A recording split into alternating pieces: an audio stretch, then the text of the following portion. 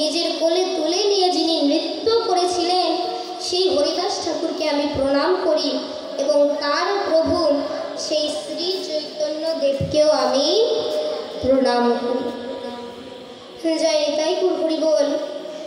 দেখুন ভাগবতগণ অর্থাৎ বলা হয়েছে যে মহাপ্রভু হরিদাসের নিষ্প্রাণ দেহ নিয়ে মহাপ্রভু নৃত্য করেছেন। মহাপ্রভু ভগবান ভক্তকে কোলে নিয়ে নৃত্য করেছেন। তবে ওই ভক্ত কত বড় একজন বড় মাপের ভক্ত। তাই শ্রীকৃষ্ণ কবিরাজ আগে সেই ভক্তকে প্রণাম জানিয়েছে যে হরিদাস ঠাকুরকে আমি প্রণাম জানাই। এরপরে বলেছেন যে হরিদাসের প্রভু শ্রীকৃষ্ণ চৈতন্য দেবকেও আমি প্রণাম জানাই। জয় নিতাই গৌর হরি বল। জয় জয় শ্রী চৈতন্য জয় দয়াময় জয়াদ্বৈত প্রিয় নিত্যানন্দ প্রিয় জয়। একদিন গোবিন্দ মহাপ্রসাদ লইয়া হরিদাসে দিতে গেল আনন্দিত হইয়া। দেখে হরিদাস ঠাকুর করিয়াছেন স্বয়ং মন্দ মন্দ করিতেছে সংখ্যা সংকীর্তন। গোবিন্দ কহেন উঠিয়াসি করহ ভোজন। হরিদাস কহে আজি করিব লঙ্ঘন। জয় নিতাই গৌর হরি বল। ভাগবতগণ অর্থাৎ ওই যে প্রতিদিন সেবায় গোবিন্দ হরিদাস ঠাকুরকে মহাপ্রসাদ দিতেন, তো প্রতিদিন এসে দেখতেন যে হরিদাস ঠাকুরের 3 লাখ নাম নেওয়া শেষ হয়েছে।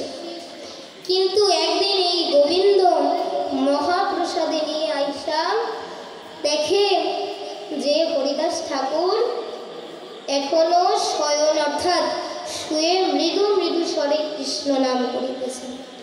তখন গোবিন্দ বলে, ও ঠাকুর প্রসাদ নেবে না বুঝি?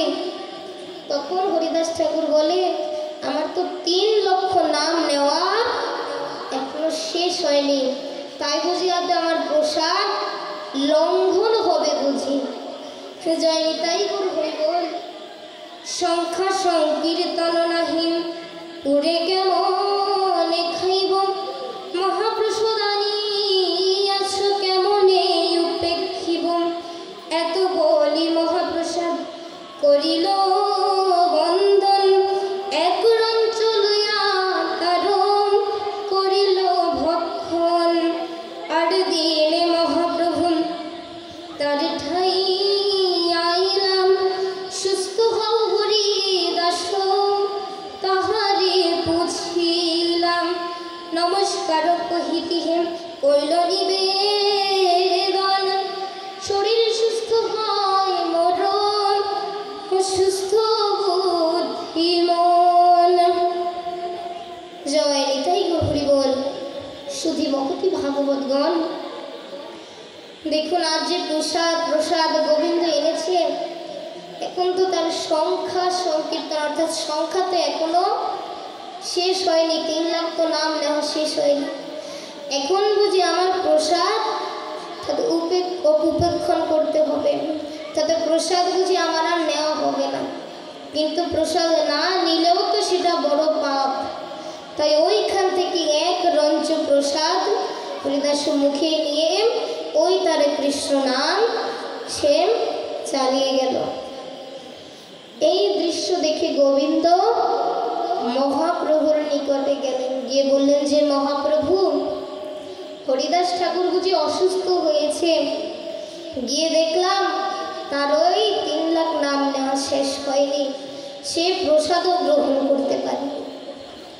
ভক্তের এই কথা শুনে ভগবান মহাপ্রভু দৌড়ে গেলেন সেই হরিদাসের কাছে, বললেন কি হে হরিদাস সুস্থ আছো তো?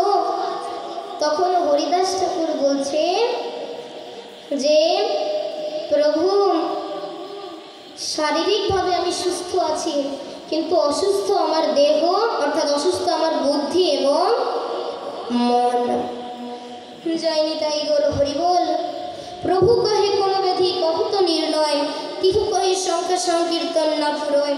প্রভু কহে বৃদ্ধ হইলা সংখ্যা অল্প কর, সিদ্ধ দেহ তুমি সাধনে আগ্রহ কেন ধর। লোক নিস্তারিতে এই তোমার অবতার, নামের মহিমা লোকে করিলা প্রচার। এবে অল্প সংখ্যা করি কর সংকীর্তন, হরিদাসে কহে শুনো মোর সত্য নিবেদন। হীন জাতিতে জন্ম মরে নিত্য করে রব, হীন কর্মে রত মুই অধম পামর। অদৃশ্য অজ্ঞান সাদৃশ্য মোরে অঙ্গীকার করিলাম, সৌরভ হইতে কারি বৈকুণ্ঠে চড়াইলাম। স্বতন্ত্র ঈশ্বর